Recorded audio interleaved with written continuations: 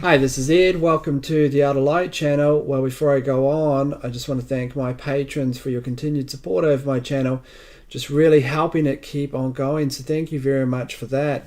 Well, here we are in another breaking story here, at least going around the internet itself, and that's Debbie Wasserman Schultz, IT staffer, was liquidating multiple properties upon his arrest.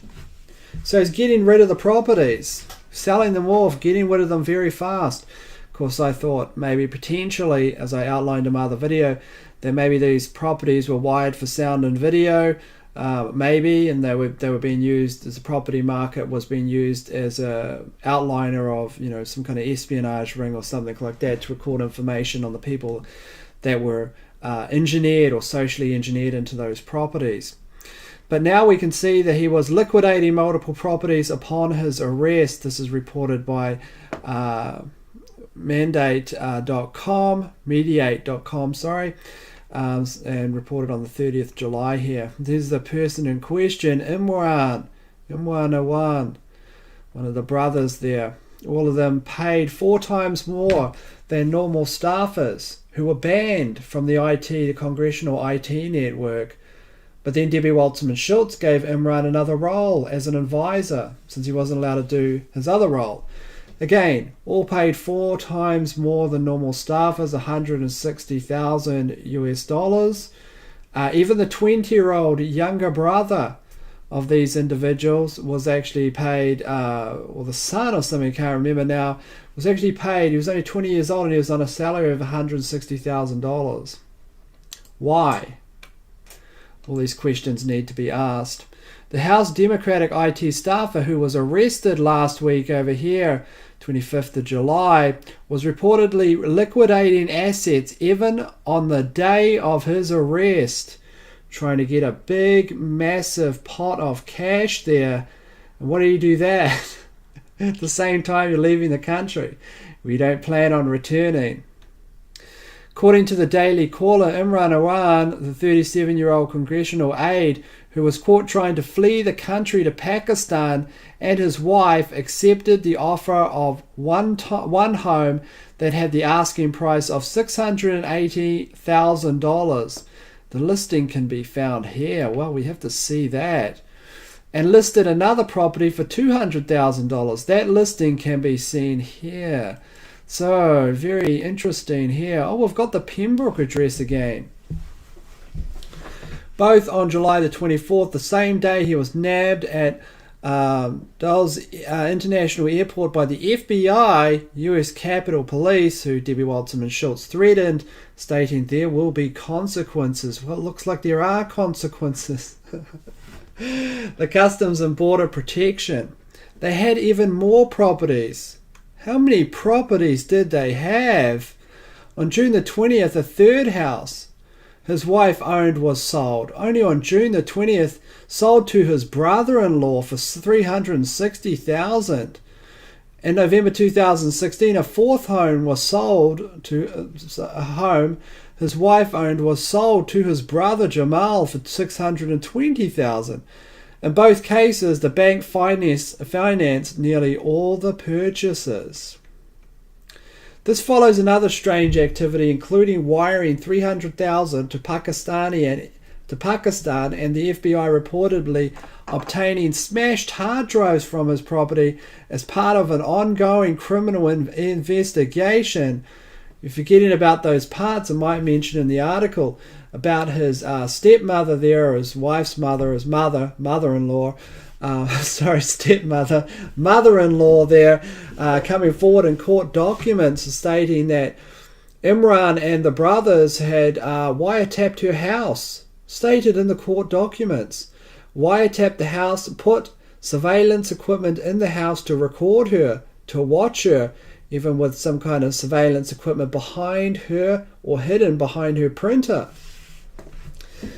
Most likely, probably picking up what's actually being printed there. Now, it's a very unusual location for surveillance equipment. It's most likely accessing the printed data there. Same thing you can get with a piece of software that accesses that directly as well. But if you print taking a flash disk I'm not an expert in IT, don't get me wrong, but if you take a flash disk from your computer and you walk it over to physically insert it into your printer and it's not necessarily connected into anything, then you could benefit from having some kind of actual device linked in to some kind of the printer itself to record that information that's being printed, perhaps. Although, just weird stuff like that, it's a possibility. So the FBI reportedly obtaining smashed hard drives for his property as part of an ongoing criminal investigation. He was also being suspected of double billing House Democrats for his services. Is there anywhere you look this person isn't corrupt? They're on 4 times the normal staffer salary to begin with. 4 times, including, the 20-year-old young man linked to them there, linked to part of the family there, is on 160,000 USD. Why do you do that? Why do you do it? Because it's paying people off. He had filed for bankruptcy in 2012. Well, he filed for bankruptcy in 2012 and he's still getting loans from the bank like nothing. Awan began working as a congressional IT staffer over a decade ago and worked directly with former DNC chairwoman Debbie Wasserman Schultz. The name of corruption. Say that name 3 times in the mirror and what shows up? Well, look behind you. Debbie Wasserman Schultz. You probably have to say that, and obviously it's better to say that name. You probably die in a matter of seconds rather than say Hillary Clinton 3 times. Probably get dragged off to a different dimension. He, along with his wife, Hina, his 2 brothers and their wives also began working for House Democrats, collectively made a reported $4 million over the years. His relatives were fired months ago under suspicion of storing data from their Democratic employees elsewhere in a cloud server. It's called espionage. But Awan was still working for Debbie Wasserman Schultz up until the week of his arrest. His wife and their children left the country for Pakistan after it became known that they were being investigated. Got to flee. Got to get out of the country. While Awan was released from jail, he is currently forced to wear a GPS monitor and follow a curfew. So he's set for a hearing on August the 21st. So, it does make you think, is it all about houses? And why is there so much money? Why are they being paid so much more? And why did they get away with so many crimes? Well, let's go through them. They were banned from the congressional network. Back in February of this year, they were no longer allowed to access those networks at all. There was an investigation. Remember, those networks contained highly classified information, all of which is just liquid gold in order to sell off to the highest bidder. Paid 4 times the normal salary there. They're buying all of these properties, Who are they selling them to? Well, they might not be selling them. I don't know what's happening. I don't know why. I suspect that they're creating properties. Maybe there's a flood there, enough diffusion in the amount of properties that you can sell 1 or 2 to actual prominent members of Congress, perhaps, or associated people. I mean, these houses are going for a lot of money. And, it can be as simple as selling it to a friend of a congressman, just someone that has influence, that talks about the congressman or whoever's in these consolidated power networks, just to keep eyes on people who are going to ignore a deal. Okay, if the property's worth $600K and you're going to give it to them for $5, cut them a deal, then you can really kind of socially engineer a position to put them in that house if it's possible. That might be wired for sound and video.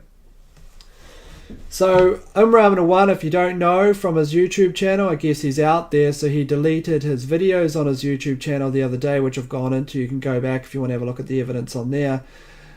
Some of those YouTube videos that he deleted where he's walking around the property, why would he delete those but keep up the pictures on his Google Plus account that had the addresses in them and some pictures of the property and things like that? That doesn't make any sense when I was thinking about it. It looked like a rush job, like someone else had done it. Or if he did it himself, he just really wanted to clearly get down those videos. Well, there's something different about videos. Just like where you can hide images, as I've shown in the past. Did a number of videos back then where you can hide images and things like that. And audio, with Sonic Visualizer and programs, you can look at that information. You can hide other things in there as well. You could hide text, not necessarily seen in a visual sense, but it's something that goes to another program to decode it with a key. Gives you a whole bunch of text. What is in that text? Well, a 300 megabyte video could have a lot of hidden text in it. You could hold, pages and pages of text. Here's a picture of my house, everyone. Where you see the name on the toilet seat, that means that this one has the key inside it. I'm not saying that's the key, I don't know, but I'm just saying it's easy to signal it out. No doubt the FBI should be having a look at that. The NSA's already got it, mind you. What's all that mean? I mean, the NSA's got literally all Hillary Clinton's emails. They never put those forward. So here we just have more corruption, liquidating a lot of properties, really into properties, really propertying it out here. Buy, sell. You're paid like 4 times more. Why is he paid 4 times more? Because he's not just working as an IT staffer. He's working in other roles as well. That's why you're paid more than an IT staffer. That's why everyone in his family who got hired was be paid outrageous amounts of money. They weren't being paid like $40,000 dollars. They're being paid $160,000. Even the 20-year-old kid, as part of that family, was getting $160,000 dollars. That is an unbelievable amount of money for a 20-year-old. Does a 20-year-old have massive amounts of IT experience? No, they do not. No, they do not. Not for $160,000. Not just for doing IT. Maybe if they're some kind of elite, Uber hacker or something like that. Maybe it's possible. Maybe they're the amazing software engineer ever. Sure. Maybe it's possible. Not very often though, and obviously not in a consolidated network where everyone's getting $160,000. This person is not being paid as an IT staffer. This person is being paid for something else. And if you look at the history and watch they've been involved in being banned from the network, destroying congressional equipment, spying on the individuals, accessing other congressional members' computers without their knowledge, that is called breaking into their computers. All of these kinds of things that got them banned, all those data points connect with one thing: espionage, spying, surveillance. These people are part of a surveillance network. And they're flipping properties.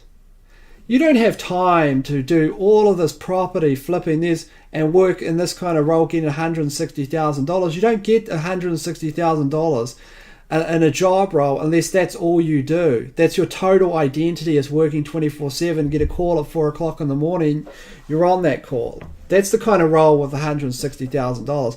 But he has all this time really to renovate properties, to sell them, to pass them on, numerous amounts of properties. And also evidence from his mother-in-law that he was installing surveillance equipment into her house. That shows a work ethic that's familiar with surveillance systems. And also shows a level of paranoia where he would put his own mother-in-law under surveillance. What does that show? Paranoia. Why is he so paranoid? Why is he an expert on surveillance? Why has he been banned from the congressional computer things like that? Why is he getting $160,000? Because he's not just an IT employee. Keeps on referring to him as an IT staffer. He's a spy. Or at least, on the very least, he's part of a surveillance operation run by Debbie Waltz and Schultz. It's most likely. For who? He could be a spy for anybody. And it'd be very interesting if anyone downloaded those videos, if they ever found anything inside them. I doubt it. Should probably be pretty high level there on actually being able to decode that information. It's not going to be like some 7 exposed puzzle or anything. There's no doubt about that, where the idea is to be able to decode the information. It'll be likely something the NSA would need to crack or something if it's possible. It's not going to be something with an easy answer or anything. It could be a custom-made program for all we know. Who really knows? The point is this person is a spy. We all know he's a spy. Well, got some more news coming pretty soon. Keep an eye out for that. But in the meantime, along these lines actually, In the meantime, this is Ed from the Outlight. Stay safe, take care of yourselves, and in the meantime, go and do your own research, decide for yourselves, what does this all mean? Who is this individual? Why are they paid so much money? Why were they banned from the congressional network and then rehired by Debbie Wasserman Schultz with a new role? Meantime, this is Ed from the Outlight. Go and do your own research, and of course, I'll see you next time.